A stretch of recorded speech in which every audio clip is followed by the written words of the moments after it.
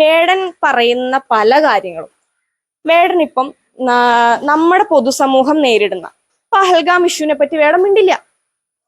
ബംഗ്ലാദേശിലെ വിഷയത്തെ പറ്റി വേടൻ മിണ്ടില്ല. ബംഗാളിലെ വിഷയത്തെ പറ്റി വേടൻ മിണ്ടില്ല.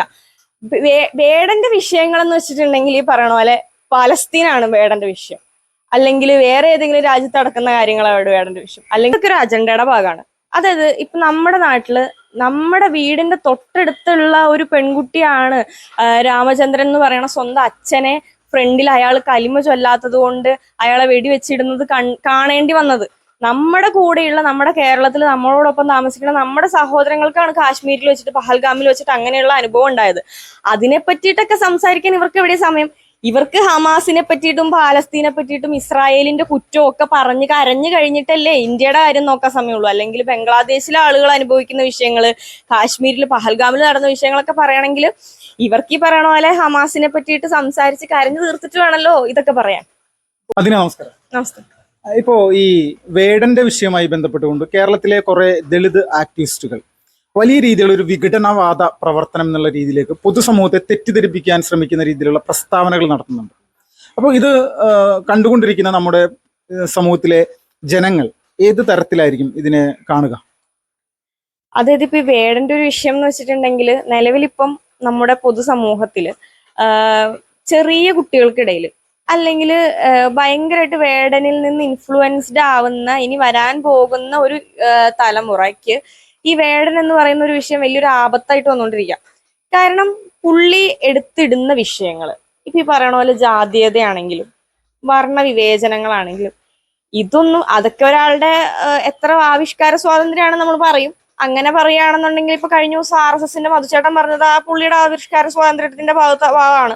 അപ്പൊ അങ്ങനെ നോക്കുമ്പോൾ എല്ലാവർക്കും അവരുടേതായ ആവിഷ്കാര സ്വാതന്ത്ര്യങ്ങളും അവരുടേതായിട്ടുള്ള കാര്യങ്ങൾ പറയാനുള്ള കാര്യമുണ്ട്. പക്ഷെ നമ്മൾ രാഷ്ട്രീയം നോക്കിയിട്ട് ഒരാൾ പറയണതിനകത്ത് ആവിഷ്കാര സ്വാതന്ത്ര്യം ഇല്ല, രണ്ടാമത്തെ ആൾ പറയണതിൽ അതുണ്ട് എന്ന് പറയണത് ശരിയല്ല. അപ്പം വേടന്റെ വിഷയത്തെ പറ്റിയിട്ട് പരാമർശം നടത്തുന്ന സമയത്ത് ഈ പറയണ പോലെ നിലവിലെ സാഹചര്യത്തിൽ ഇന്ത്യ മുന്നോട്ട് പോകുന്ന ഒരു സാമൂഹിക സ്ഥിതിയിൽ ഈ പറയണ പോലെ നിലവിലിപ്പം ഞാൻ താഴ്ന്ന ജാതിക്കാരനാണ്, ഞാൻ കറുത്തവനാണ് എന്നൊന്നും പറഞ്ഞ് കരയേണ്ട ഒരു ആവശ്യം ഈ നാട്ടിൽ ഒരാൾക്കും ഇല്ല. എല്ലാവരും അവരവരുടെ പൊട്ടൻഷ്യൽ അനുസരിച്ച് അവരവരുടെ കഴിവിനനുസരിച്ചാണ് മുന്നോട്ട് കയറി വരുന്നത്. നമ്മുടെ രാഷ്ട്രപതി ദ്രൗപദി മുർമു, അതുപോലെ ബഹുമാനപ്പെട്ട രാംനാഥ് കോവിന്ദ്, APJ അബ്ദുൽ കലാം സാർ, അങ്ങനെ ഒരുപാട് ആളുകളുണ്ട്. അതുപോലെ ഫുട്ബോൾ താരം വിജയൻ സാർ, അങ്ങനെ ഒരുപാട് ആളുകളുണ്ട്. കലാഭവൻ മണിച്ചേട്ടൻ, അങ്ങനെ നമുക്ക് ഇഷ്ടപ്പെട്ട ഒരുപാട് ആളുകളുണ്ട്. അവരൊക്കെ അവരുടെ കഴിവിന്റെ അടിസ്ഥാനത്തിൽ കയറി വന്ന ആളുകളാണ്. അല്ലാതെ ഇവരാരും ഞാൻ താഴ്ന്ന ജാതിക്കാരനാണ്, ഞാൻ കളറ് കുറഞ്ഞാണ് അങ്ങനെ പറഞ്ഞ് കരഞ്ഞിട്ട് മുന്നോട്ട് കയറി വന്ന ആളുകളല്ല. അപ്പൊ അങ്ങനെ ഒരു സാധനം സമൂഹത്തിലേക്ക് കൊടുക്കുന്ന സമയത്ത് ഇപ്പൊ ഏറ്റവും സിമ്പിൾ ആയിട്ട് ഒരു 6ാം ക്ലാസ്സിൽ 7ാം ക്ലാസ്സിൽ 8ാം ക്ലാസ്സിൽ പഠിക്കുന്ന കുട്ടിയോട് ഇപ്പൊ ഈ വേടനൊരു പാട്ട് പാടുന്നുണ്ട്. എനിക്കത് പറയാൻ പോലും അറപ്പാണ്. ആള് നീ അതല്ല ഞാൻ ഇതല്ല, നീ ഇപ്പൊ അതാണെങ്കിലും എനിക്കൊരു ഇതും ഇല്ല എന്ന് പറയുന്നൊരു പാട്ട് പാടുന്നുണ്ട്. നമ്മുടെ കുട്ടികൾക്ക് ഇതൊന്നും എന്താണെന്ന് പോലും സത്യം പറഞ്ഞാൽ അറിയില്ല. നമ്മുടെ സമൂഹം അതിൽ നിന്നൊക്കെ ഒരുപാട് മാറി. ജാതി എന്താണെന്നോ അല്ലെങ്കിൽ മതങ്ങളുടെ തമ്മിലുള്ള വ്യത്യാസം എന്താണെന്നോ, ഈ പറയണ പോലെ ഹിന്ദുക്കൾക്കകത്ത് തന്നെ ഇത്രയും ജാതികളുണ്ട്, അത് അങ്ങനെയാണ് ഇങ്ങനെയാണ്, ഇന്ന ആള് താഴ്ന്നവനാണ്, ഇന്ന ആൾ ഉയർന്ന ആളാണ്, അങ്ങനെ ഒരു വിവേചനം ഇല്ലാത്ത ഒരു പുതിയ തലമുറയെ നമ്മൾ കഷ്ടപ്പെട്ട് വാർത്തെടുത്തുകൊണ്ട് വന്നതാണ് നമ്മുടെ ഒരു ജനറേഷൻ. ഇന്നത്തെ കുട്ടികൾക്ക് അതെന്താന്ന് അപ്പൊ അങ്ങനെയുള്ള കുട്ടികളുടെ ഇടയിലേക്ക് അങ്ങനെ ഒരു സാധനം ഉണ്ട്, അങ്ങനെയുള്ള ആളുകൾ അല്ലെങ്കിൽ ഉയർന്ന ജാതിയിൽപ്പെട്ടവൻ താഴ്ന്ന ജാതിക്കാരനെ ഇന്നും അടിച്ചമർത്താൻ ശ്രമിക്കുകയാണ്, അങ്ങനെയൊക്കെ പറഞ്ഞ് കുട്ടികളുടെ മനസ്സിലേക്ക് ഇതുപോലുള്ള വർഗീയ വിഷം കുത്തിവെക്കുന്ന എന്തിനാ? കുട്ടികൾക്ക് ഇതൊന്നും അറിയ കൂടിയില്ല എന്താണത്. കാരണം ഇന്നിപ്പോ 6ലും 7ലും 8ലൊക്കെ പഠിക്കുന്ന കുട്ടികൾ അവൻ ഇന്ന ജാതി, ഇവൻ OBC ആണോ, ഇവൻ SC/ST ആണോ, ഇവൻ ജനറൽ ആണോ നോക്കിയിട്ടല്ല അങ്ങോട്ടും ഇങ്ങോട്ടും സ്നേഹിക്കുകയും കാര്യങ്ങൾ മുന്നോട്ട് കൊണ്ടുപോവുകയും ചെയ്യണം. അപ്പൊ അങ്ങനെയുള്ള കുട്ടികളുടെ ഇടയിലേക്ക് ഈ പറയണ ജാതി പേരുകളൊക്കെ പഠിപ്പിച്ചു കൊടുത്ത് അത് തെറി പറഞ്ഞ് അതിന്റെ ഒന്നും ആവശ്യമുണ്ടെന്ന് എനിക്ക് പേഴ്സണലി തോന്നണില്ല. കാരണം ഞാനൊന്നും വളർന്നു വന്ന ഒരു സാഹചര്യം, അല്ലെങ്കിൽ ഞാനൊന്നും കോളേജിൽ പോണ സമയത്ത് സ്കൂളിൽ പോണ സമയത്ത് ഞങ്ങളൊന്നും അങ്ങോട്ടും ഇങ്ങോട്ടും ഈ ജാതി പറഞ്ഞ് അങ്ങോട്ടും ഇങ്ങോട്ടും പറയുകയോ അങ്ങനൊന്നും ചെയ്തിട്ടുള്ള ആളുകളല്ല. സോ ഇത് എന്റെ വ്യക്തിപരമായ അഭിപ്രായത്തിൽ ഇതൊക്കെ കേൾക്കുമ്പോൾ ഭയങ്കര അറപ്പും വെറുപ്പുമാണ് എനിക്ക് സത്യം പറഞ്ഞാൽ തോന്നുന്നത് ഇങ്ങനെയുള്ള വരികളൊക്കെ കേൾക്കുമ്പോൾ. എന്തിനാണ് അങ്ങനെ മനുഷ്യരെ തമ്മിൽ ഈ ജാതി, അല്ലെങ്കിൽ ഹിന്ദുക്കളുടെ ഇടയിൽ തന്നെ ഇങ്ങനെ ജാതി പറഞ്ഞ് സ്പ്ലിറ്റ് ചെയ്തിട്ട് ഓക്കെ അങ്ങനെ ഒരു കാലം ഉണ്ടായിരുന്നു, അവര് നിങ്ങളെ ദ്രോഹിച്ചിരുന്നു. അത് സത്യം പറഞ്ഞാൽ ഈ കുട്ടികളുടെ ഇടയിലേക്ക് വിഷം തുപ്പി വെക്കുകയാണ്. അതായത് കുട്ടികളുടെ ഇടയിലേക്ക് ഓക്കെ അവൻ ഒരു ഉയർന്ന ജാതിക്കാരനാണ്, അതുകൊണ്ട് അവൻ എന്നെ അടിച്ചമർത്തും, എനിക്ക് വളരാൻ സാധിക്കില്ല, ഞാൻ എല്ലാ കാലത്തും ഇങ്ങനെ എന്റെ നിറം കൊണ്ടും എന്റെ ജാതി കൊണ്ടും താഴ്ന്ന് ജീവിക്കേണ്ട ആളാണെന്നാണ് അവരുടെയൊക്കെ വിചാരം. ഈ കുട്ടികളുടെ ഉള്ളിലേക്ക് ഇങ്ങനെയുള്ള വിഷം കുത്തിവെക്കുക അതിൻ്റെ ഒന്നും ആവശ്യം സത്യം പറഞ്ഞില്ല. അപ്പൊ വേടന്റെ വിഷയം എന്ന് പറയുന്നതേ സമൂഹത്തിലേക്ക് വിഷം കുത്തിവെക്കുന്ന, അല്ലെങ്കിൽ ചെറിയ കുട്ടികളുടെ ഇടയിലേക്ക് വിഷം നിറച്ചു വെക്കുന്ന വിഷയമാണ്. മാത്രമല്ല വേടൻ പറയുന്ന പല കാര്യങ്ങളും, വേടൻ ഇപ്പം നമ്മുടെ പൊതുസമൂഹം നേരിടുന്ന പഹൽഗാം ഇഷ്യൂവിനെ പറ്റി വേടൻ മിണ്ടില്ല, ബംഗ്ലാദേശിലെ വിഷയത്തെ പറ്റി വേടൻ മിണ്ടില്ല, ബംഗാളിലെ വിഷയത്തെ പറ്റി വേടൻ മിണ്ടില്ല. വേടന്റെ വിഷയങ്ങൾ എന്ന് വെച്ചിട്ടുണ്ടെങ്കിൽ ഈ പറയണ പോലെ പലസ്തീനാണ് വേടന്റെ വിഷയം, അല്ലെങ്കിൽ വേറെ ഏതെങ്കിലും രാജ്യത്ത് നടക്കുന്ന കാര്യങ്ങളാണ് വേടന്റെ വിഷയം, അല്ലെങ്കിൽ പണ്ട് എന്നോ ഇപ്പൊ വിവേകാനന്ദ സ്വാമി കേരളത്തിൽ വന്നപ്പോ പറഞ്ഞ കാര്യം കേരളം ഒരു ഭ്രാന്താലയാണെന്ന്. എന്തുകൊണ്ട് അദ്ദേഹം അത് പറഞ്ഞത്? കേരളത്തിലെ ഇങ്ങനെയുള്ള ജാതി വ്യവസ്ഥകളും പ്രശ്നങ്ങളും ഒക്കെ ഉള്ളൂ. അതുകൊണ്ടാണ് അദ്ദേഹം കേരളത്തിൽ, ഇന്ത്യ മുഴുവനും സഞ്ചരിച്ച ആളാണ്, ലോകം മുഴുവൻ സഞ്ചരിച്ച ആളാണ് വിവേകാനന്ദ സ്വാമി. അദ്ദേഹം കേരളത്തിൽ കടന്നു വന്നിട്ട് കേരളം ഭ്രാന്താലയാണെന്ന് പറഞ്ഞത് ഈ ഒരു കാര്യം കൊണ്ടാണ്. അപ്പൊ അങ്ങനെ ഒരു ജാതീയ വ്യവസ്ഥയെല്ലാം മാറ്റിയെടുത്ത് കുട്ടികളെ ഇത് എന്താണെന്ന് പോലും അറിയിക്കാതെ നമ്മൾ മനുഷ്യനെ മനുഷ്യനായിട്ട് കാണാൻ പഠിപ്പിക്കുന്ന സമയത്ത് അവരിലേക്ക് ഇത് പറയുക, അതൊക്കെ വളരെ തെറ്റായിട്ടുള്ള കാര്യമാണെന്ന് തന്നെയാണ് എൻ്റെ ഒപ്പീനിയൻ.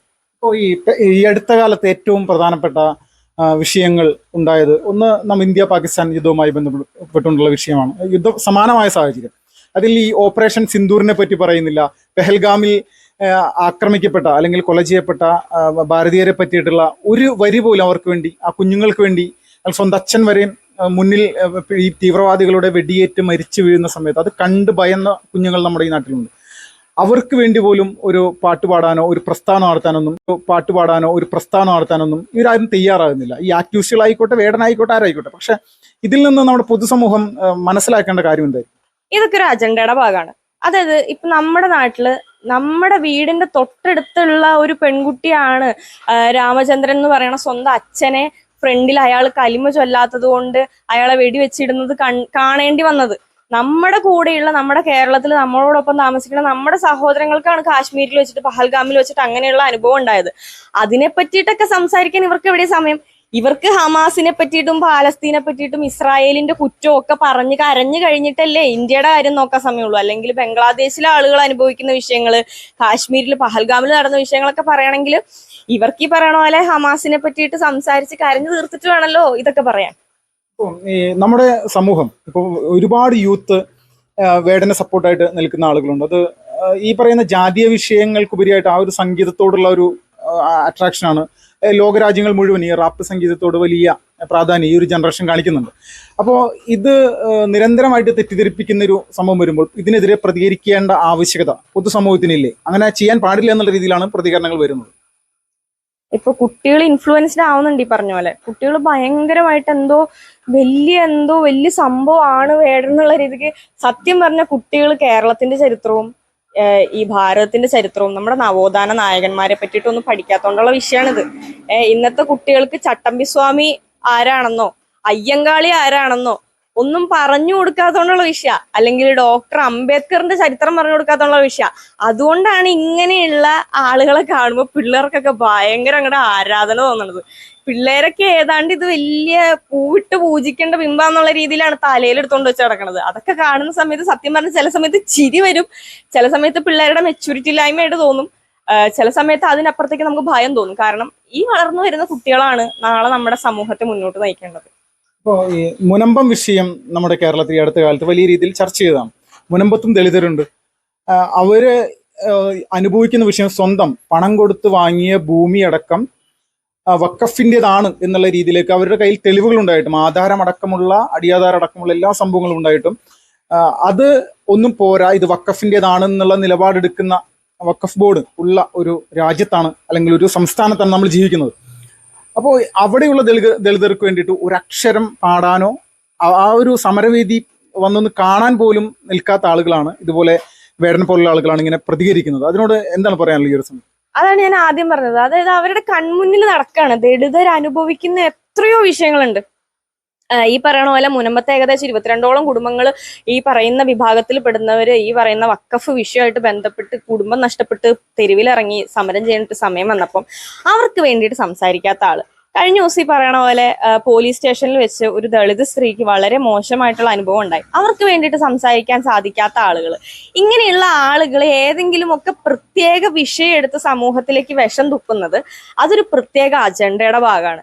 കാരണം നമ്മുടെ ചുറ്റിനും നമ്മുടെ വീടിന്റെ തൊട്ടപ്പുറത്തെ വീട്ടില് ഒരാൾക്ക് പട്ടിണിയാണെങ്കിൽ അവന്റെ വിശപ്പ് മാറ്റാൻ നോക്കാതെ വേറൊരു സംസ്ഥാനത്ത് അയ്യോ അവിടെ ഫുള്ള് പട്ടിണിയാണെന്നും പറഞ്ഞ് ഓരോരം പ്രസംഗിക്കണതിലൊന്നും ഒരു കാര്യമില്ല. അല്ലെങ്കിൽ ഈ പറയുന്ന ആളുകള് ഒരാളെങ്കിലും ഈ പറയുന്ന വിഭാഗത്തിൽ നിന്ന് ഒരാളെയെങ്കിലും മുന്നോട്ട് കൈപിടിച്ച് കൊണ്ടുവരാനായിട്ട് കെൽപ്പുള്ള ആളായിരിക്കണം. ഈ പറയണ ഏത് ആക്ടിവിസ്റ്റുകളാണെങ്കിലും RSSനെ സംബന്ധിച്ച് RSS അതുപോലെ മുന്നോട്ട് കൊണ്ടുവന്നിട്ടുള്ള ഒരുപാട് ദളിത് നേതാക്കളുണ്ട്, ഒരുപാട് ആളുകളുണ്ട്. അതിപ്പോ പൊളിറ്റിക്കലി ആണെങ്കിലും എഡ്യൂക്കേഷൻ വൈസ് ആണെങ്കിലും സംഘം ഇതുപോലുള്ള ഒരുപാട് ആളുകളെ കൈപിടിച്ച് ഉയർത്തിയിട്ടുണ്ട്. അത് ചെയ്തിട്ടാണ് സംഘം ഇതുപോലുള്ള കാര്യങ്ങളിൽ ഒപ്പീനിയൻ പറയണതും കാര്യങ്ങളൊക്കെ ചെയ്യണതും. പക്ഷെ ഇതൊന്നും ചെയ്യാണ്ട് പണ്ടെന്നോ നടക്കാത്ത സംഭവങ്ങളും നടന്ന സംഭവങ്ങളൊക്കെ ചേർത്ത് വെച്ച് എന്തൊക്കെയോ ചീത്ത വിളിക്കുക, പാടുക, എന്താ റാപ്പാണെന്ന് പറഞ്ഞ് എന്തൊക്കെയോ കോപ്രായങ്ങൾ കിടന്ന് കാണിക്കുക. കഴിഞ്ഞ ദിവസം ഇതുപോലെ നമ്മുടെ ഒരു പ്രശസ്ത ഗായകൻ വേടൻ ആരാണെന്ന് ചോദിക്കുമ്പോൾ അയാൾക്ക് അറിയില്ല എന്ന് പറഞ്ഞ അയാളെ സോഷ്യൽ മീഡിയയിൽ ഇട്ടിട്ട് അങ്ങ് ഇല്ലാണ്ടാക്കുക. നമ്മൾ മനസ്സിലാക്കേണ്ട ഒരു കാര്യം, ഇവരാരും മേ ബി ഒരു പക്ഷെ സോഷ്യൽ മീഡിയ കൃത്യമായിട്ട് ഹാൻഡിൽ ചെയ്യുന്നവരോ അല്ലെങ്കിൽ ഇതുപോലെയുള്ള റാപ്പർമാരെ കൃത്യമായിട്ട് അറിയണവരോ ആവണമെന്ന് എന്താ നിർബന്ധം എന്താ? അവരൊക്കെ ഒരുപാട് കഷ്ടപ്പെട്ടിട്ട് വർഷങ്ങളുടെ പ്രയത്നം കൊണ്ട് സംഗീതത്തെ ഒരു സാധനയായിട്ട് കണ്ട്, അതൊരു കലയാണ്, അതൊരു സാധനയാണ്, അതെല്ലാവർക്കും കിട്ടുന്ന ഒരു സാധനമല്ല. അതൊരുപാട് കഷ്ടപ്പെട്ട് അതൊരു സാധനയായിട്ട് തന്നെ മുന്നോട്ട് കൊണ്ടുപോയി ഒരുപാട് നല്ല നല്ല പാട്ടുകൾ നമുക്ക് തന്നിട്ടുള്ള, ഇന്നും നമുക്ക് കിടന്നുറങ്ങണമെങ്കിൽ മേ ബി ഇവരുടെയൊക്കെ പാട്ടുകൾ വേണം. അങ്ങനെയുള്ള ഒരുപാട് നല്ല നല്ല സംഗീതങ്ങൾ നമുക്ക് തന്നവരെ ഇന്നലെ വന്ന് കയറിയൊരുത്തന്റെ പേരിൽ ചുമ്മാ അങ്ങ് അധിക്ഷേപിക്കുക, അപമാനിക്കുക. വേടനാരാന്ന് നിനക്കറിയില്ലെങ്കിൽ നീ ആരാണെന്ന് ചോദിച്ച് തിരിച്ചവരെ നമ്മൾ ഭയങ്കര മാനസികമായിട്ട് ബുദ്ധിമുട്ടിക്കുക, ടോർച്ചർ ചെയ്യുക. ഇതൊക്കെ ഭയങ്കര മോശമായിട്ടുള്ള നിലപാടാണ്. ഇത്രയും എഡ്യൂക്കേറ്റഡ് ആയിട്ടുള്ള യുവാക്കളുടെ ഭാഗത്ത് നിന്ന് അല്ലെങ്കിൽ ഒരു പൊതുസമൂഹത്തിന്റെ ഭാഗത്ത് നിന്ന്, കേരളത്തിലെ ഇതുപോലെ ഹൈ ലിറ്ററസി ഉള്ള അല്ലെങ്കിൽ ഇത്രയും എഡ്യൂക്കേറ്റഡ് ആയിട്ടുള്ള ആളുകളുടെ ഭാഗത്ത് നിന്ന് വരേണ്ട സ്റ്റേറ്റ്മെന്റുകൾ ഒന്നും അല്ല ഇത്.